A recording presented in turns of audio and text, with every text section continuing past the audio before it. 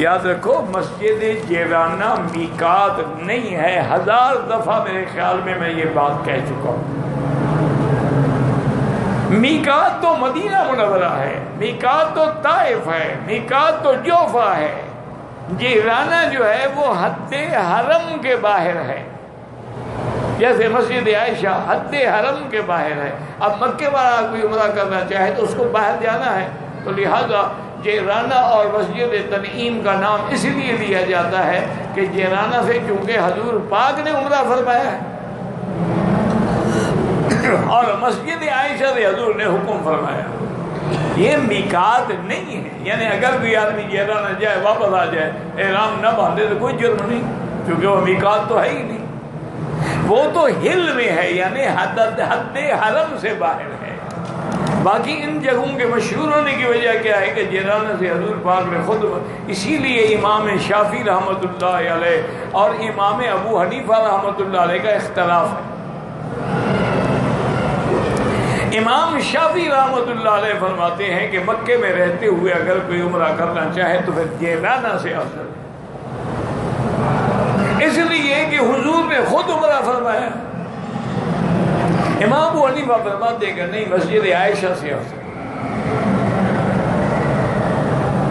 اس کی وجہ کیا ہے؟ امام صاحب فرماتے ہیں اللہ کے بندے، جیرانہ سے عمرہ فعل رسول ہے اور مسجد عائشہ سے عمرہ قول رسول ہے۔ ہمیشہ حدیث قولی فعلی پہ افضل ہوتی ہے،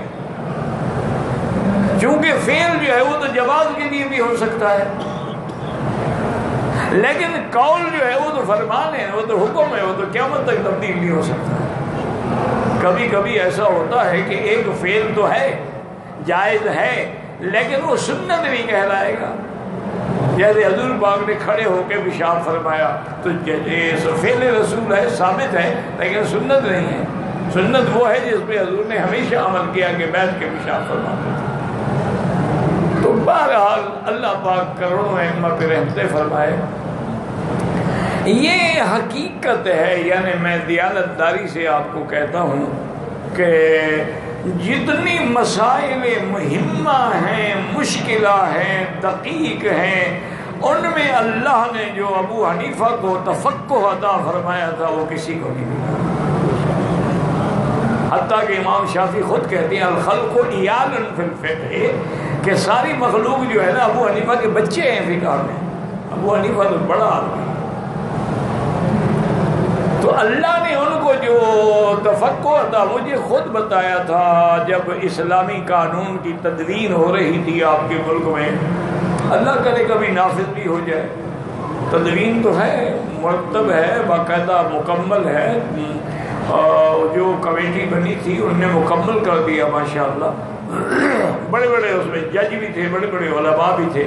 تو مجھے ایک جسٹس نے خود کہا، اور نے کہا مکی صاحب جب کسی مسئلے میں ہم پھنس جاتے ہیں نا، اس کا کوئی حل نہیں ملتا، تو پھر فقہ ابی حنیفہ میں حل ہوتا اور کوئی راستہ بھی نہیں ہوتا ہمارے۔ یہی وجہ ہے کہ پوری دنیا میں سب سے زیادہ فقہ ابو حنیفہ رحمۃ اللہ علیہ پر عمل ہوتا ہے، پوری دنیا۔ اب دیکھیں نا امام بخاری کتنا بڑا آدمی ہے، اللہ اس کی قبر پہ کروڑوں رحمتیں فرمائے، یعنی امیر المومنین فی الحدیث ہے، لیکن جس ملک کے ہیں نا بخارا، سمرقند، تاشقند، وہاں بھی فقہ حنفی ہے، کوئی ایک بھی وہاں آپ کو فقہ امام بخاری پہ عمل کرنے والا نہیں ملے گا۔ یہ اللہ کی قدرت ہے، اللہ کی شان ہے۔ اور ویسے بھی اگر آپ تاریخ اٹھا کے دیکھیں تو ایک تو دور تھا نا صحابہ کا، سبحان اللہ، اس میں تو کوئی مسئلہ ہی نہیں ہے، انہوں نے تو خود حضور سے پڑھا تھا، بات ہی ختم ہو گئی۔ پھر تابعین کا دور آیا تو انہوں نے صحابہ سے پڑھا تھا، لیکن جو زمانہ حضور کے زمانے سے دور ہوتا گیا، اب دنیا کو ضرورت تھی کہ قانونی طور پر تدوین ہو دین کی، فقہ کی، تاکہ مرتب ہو جائے، مدون ہو جائے، کسی کو اس کے اندر دھوکہ کرنے کی ضرورت۔ تو سب سے پہلے تدوین کرنے والے ابو حنیفہ ہیں، اسی لیے ان کی کنیت ابو حنیفہ ہے، حنیفہ ان کی لڑکی کا نام نہیں ہے۔ دین حنیف کا پہلا مرتب کرنے والا، اس لیے کنیت بھی ہو گئی ابو حنیفہ رحمت اللہ علیہ۔ اللہ تمام ائمہ پہ رحمت فرمائے۔ کسی کے بارے میں دل میں نہ تعصب رکھا کرے، نہ بغض رکھا کرے، نہ اناد رکھا کرے اور نہ ضد کیا کرے۔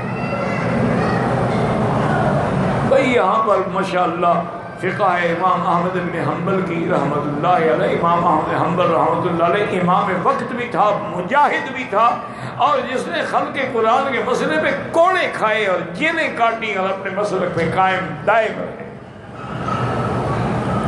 بہت بڑا آدمی۔ تو اب یہ نہیں کہ اس کے قول پہ کوئی آدمی میرے جیسا اعتراض کر دے، بلکہ علامہ انور شاہ کاشمیری رحمت اللہ علیہ، میں نے تو زیارت نہیں کی، تو وہ یہ فرماتے تھے کہ بہت سارے مسائل ہیں نا کہ جہاں صاحبین نے، یعنی امام ابو حنیفہ کے شاگرد ہیں ابو یوسف اور محمد بن حسن الشیبانی، صاحبین اپنے امام کے خلاف فتویٰ دیتے ہیں۔ اچھا، بعض مسائل ایسے ہیں کہ الفتویٰ علی قول صاحبین، صاحبین کے قول پہ فتویٰ دیا ہے امت نے، انہی کو قبول کیا ہے۔ وہ فرماتے تھے بالکل ٹھیک ہے، صاحبین کا بھی میں احترام کرتا ہوں، لیکن اصل بات یہ ہے کہ وہاں صاحبین مسئلہ سمجھ ہی نہیں سکے، سمجھتے تو کبھی اپنے امام کے خلاف نہ کرتے۔ وہ فرماتے ہیں کہ ابو حنیفہ کے تفقہ دیکھنا ہو وہاں دیکھو جہاں صاحبین مخالف ہیں، لیکن اتنا علم بھی تو ہونا۔ بات تو یہ ہے نا، آج تو ہم 2 کتابیں پڑھ لیتے ہیں تو مولوی بن جاتے ہیں، عالم بن جاتے ہیں، اور گلے میں کپڑا ڈال لو، ماشاءاللہ بال بڑھا لو اور سر پہ پگڑی باندھ لو، بڑی لمبی چوڑی 2-3 میٹر کی تسبیح ہاتھ میں رکھ لو تو پیر بن جاتے ہیں۔ وہ ٹھیک ہے، آج کل تو ایک نمائش ہے نا میرا بھائی،